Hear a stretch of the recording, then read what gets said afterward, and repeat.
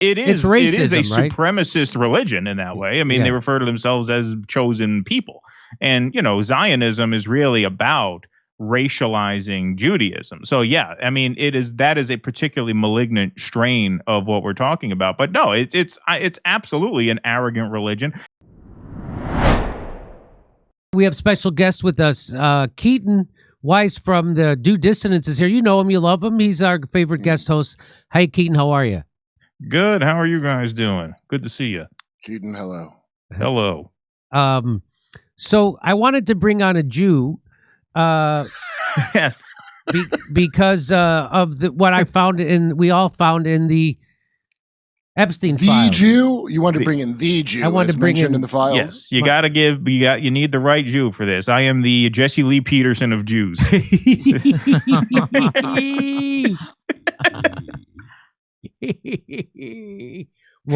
you tell me what is a woman? All right, here we go. So you love God? Do you love God? Do you love God? Do you love him? Do you love God? I love how he just keeps asking the same question over and over. Yeah, he's great. He's the best. He's kind of Scientology's you. Yeah. Yeah. So this is from Jeffrey Epstein to a guy named Roger Schenck. And he says, Jeffrey Epstein says this is the way the Jew make money, and made a fortune in the past 10 years selling short the shipping futures. Let the Goyim deal in the real world. From shipping news, the most dramatic growth has been in shipping futures, which allows shipping companies to lay off risks. The most popular futures are forward freight agreements to deliver goods, in particular the route, some of the blah, blah, blah. They have grown in the past year to roughly the size of a physical market, according to Bill Lyons of the Baltic Exchange and Shipping in London. Many of the industry have been suspicious of such futures because they've been averse to hedging their bets. Risk-taking is, after all, part of the game, and averse to complicated financial instruments that they do not really understand. So then Goyim were born only to serve us. Without that, they have no place in the world, only to serve the people of Israel. Who wrote that? Ted Cruz? That's that is Sephardic leader Rabbi Yosef, spiritual leader of the Shas party, said that in 2010. So here's a little bit. I mean, it's nice to have a purpose in life, but, and me being Goyim, my purpose in life is to do all the hard work while another group reaps all the benefits. Isn't that something? So Are here, they talking about in the bedroom with my Jewish ex where I did all the work like a goy? Like a goy? So this is from the Jewish Telegraphic Agency, established in 19... Sephardic leader Yosef, non-Jews exist to serve Jews.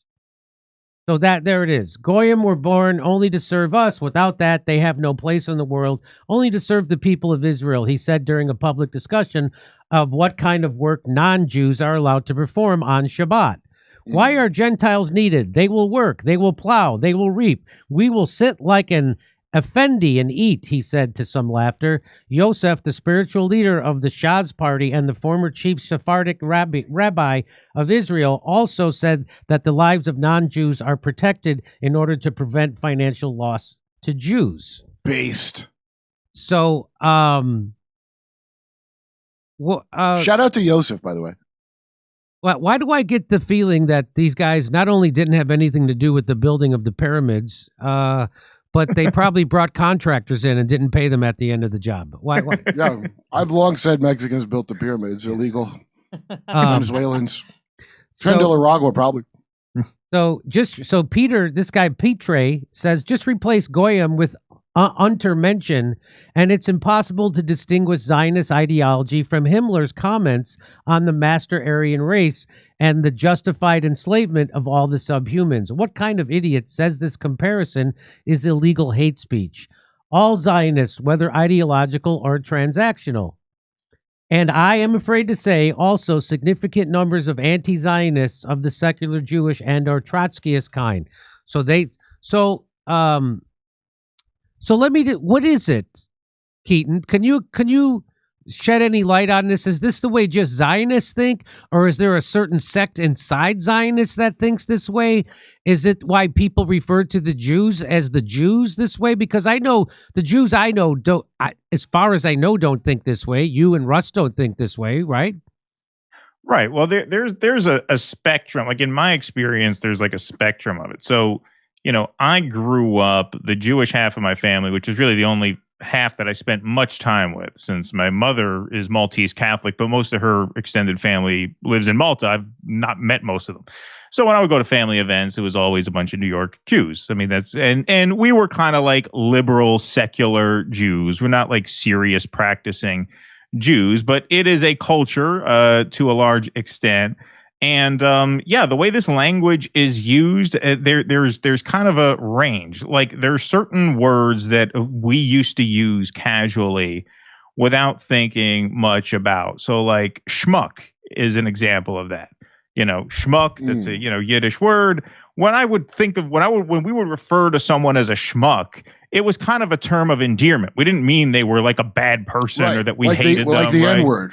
Right. It's a schmuck. But apparently there's like a range because so the way we used to use there's a race schmuck, of schmucks. Did you really? No. I said the way I said there's a range, not a race. A range. Okay, a range. There's a range of schmucks. So like the way we used to use the word schmuck was like, for example, like my father and I were helping a relative move. This was years back. And, he packed the moving truck full of shit that he did not need at all. So we're out there at the moving truck and we said, can you believe this schmuck packs a broken lamp to move? He didn't just throw it out, right? We're not saying he's like a contemptible, despicable person. He's kind of a likable putz and oaf, whatever, a doofus. But there were times like later in my life where I would be in conversation with people and I would refer to someone else. I would say, oh, yeah, that guy, he could be a real schmuck. And they're like, why do you say that? It'd be very serious. Well, why would you call him a schmuck? Like I just called him a real slur or something. And then I explained what I meant by it.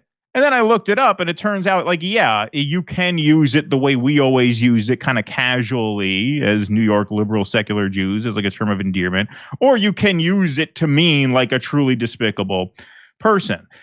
Now, Goyim was always the same way in terms of my understanding of it. It was a little more severe since with Goyim, there is that sort of like racial or religious or tribal aspect, since Goyim refers to non-Jews, whereas a Jew can be a schmuck or a Gentile can be a schmuck. But Goyim, you are not Jewish if you're Goyim by definition. And so, we would refer to the Goyim. Yeah, it is like a term of ridicule, but we never thought of it as like a particularly vicious or mean-spirited term. We would mean it as sort of a joke. Like one of the phrases we would say about non-Jews, we would say, okay, this guy has a goyish cup. Goyish cup meaning a Gentile mind, cup meaning, head or brain. So a guy with a goyish cup, like if we were meeting people for dinner in New York City, and they were not Jewish, and they paid to park the car across the street from the restaurant, we would say, oh, look at this guy with the goyish cup paying $30 to park. Even if it was a Schwartz? Yeah, meaning, he's got an inferior mind. Look at this goyish cup paying to park.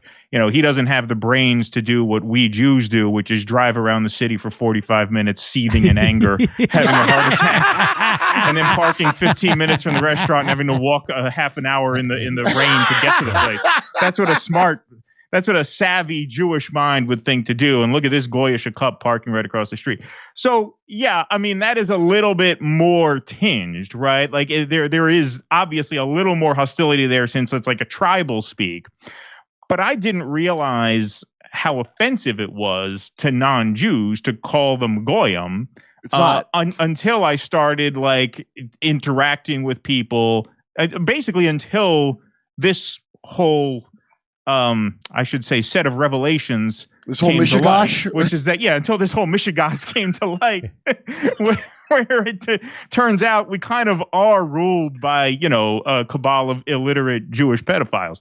And so I could see how, it doesn't really hit, it does kind of come off as nastier than intended. But yeah, like growing up, like we would use these words not really mindful of how they are received.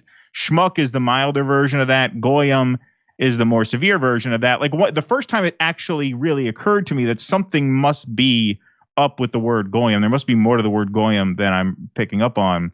There's an episode of Curb Your Enthusiasm where Larry David is trying to get accepted into this like waspy country club. And Susie, Jeff's wife, says, they're never going to let you in with that big Jew face of yours. They can see you coming a mile away. And Larry says, why are you saying I have a Jew face? He says, your face is much Jewier than mine. He says, my face is much more Gentile-y than yours. That's what he says. Yeah. And that kind of like, I'm thinking, okay, maybe there is something to the word goy that's offensive because Jews would not say that. A Jew would say, I have much more of a goy face than you. They wouldn't say, I have a more Gentile face than you. If Jews were talking about that, they say, no, I have a goy face. They wouldn't say they have a Gentile face. So that's when it first kind of occurred to me, maybe Gentile is more offensive. Maybe goy is more offensive than a word like schmuck. Like maybe that is received as a slur. And now, given the fact, given that we are living in a time that is so obviously dominated by Jewish supremacy, I understand now how people could be, taking offense to the word goyim, and certainly the way Jeffrey Epstein uses the word goy, the way it's used in these files. Yeah, I mean, I could see people being put off by that. To Gentiles, these people worship Baal and they hate Jews just as much. It's like how Aleister Crowley didn't like Christians, even though he's Christian growing up. Right. So that's why they're using it. My Jehovah's Witnesses, I would call both of you worldly. That's our out-group word. Right. If I were a Mormon, I'd call you a Gentile. Right. Or if I was a nicer, non-racist Jew, I might call you a Gentile. If I was a Gypsy, I'd call you a Gaji. Everybody's got their out-group word, so I never took offense to it until I realized maybe the idea that a race and a religion are the same thing might be the problem here. Right. Well, yes, of course. Because you're reform. My best friend Big J, I'm a godfather to his daughter, and he's Jewish, and he don't like anybody being anti-Semitic at him, but he's not a reform. You know what I mean? He doesn't do Shabbat candles or something. Right. And if he did, they've included, because the Zionists included everybody, a separate sects of people who actually have kind of different beliefs depending on where they're from. Right. They made this myth that you all love Israel and it's all the same thing, even though nothing could be further from the truth. And it's the history is as messed up as America's almost, of Jew to Jew relations over there. Right. Yeah. No. So it definitely is something that I became more aware of as I got older, and not just as I got older, but as I got more politically conscious. Like one of my old friends from high school. He was like one of the OG, 9/11 truthers, which meant, he always had a very strong critique of Israel. And when I would like jokingly refer to people as Goyim, on Facebook, I mean, this was back before I really did anything, political outside just like talk shit on social media. He would talk about how offensive that was. And I always just thought he was being a little dramatic because he was, in fairness, that was his nature. That was his nature. But I have come to realize how, that I understand totally how that is not received very well now. So, but can you talk to the culture of them feeling above Goyim? Anybody who's a non. Oh yeah. So anybody who's not a Jew, they look down on, right? And it's, 100%. No, I mean, look, it is racism, it is a right? supremacist religion in that way. I mean, they refer to themselves as chosen people. And, Zionism is really about racializing Judaism. So, I mean, that is a particularly malignant strain of what we're talking about. But no, it's absolutely an arrogant religion. And as I can say this, I guess that's why I'm here. It has become a very toxic culture, I think. And I think that the last couple of years have really revealed Jewish culture to be a very toxic one. And, I say that as someone who kind of grew up in Jewish culture. I have a Jewish sense of humor. A lot of my favorite people, are Jews. But there is absolutely no question about it. A culture of arrogance and supremacy. No doubt about that. You think it has to do with maybe people being billionaires in something called a mega group? And also the fact that there's a bunch of these rich people, so you're reform, you don't care about it, right? The religion itself. But there's a bunch of people that like hate it, and they're like, but they have a racial feeling they're better than people just for that, and they got some real twisted ideas. And I haven't been around Jews. People haven't been around Jews. They Jews are like a cryptid to them. They have no idea.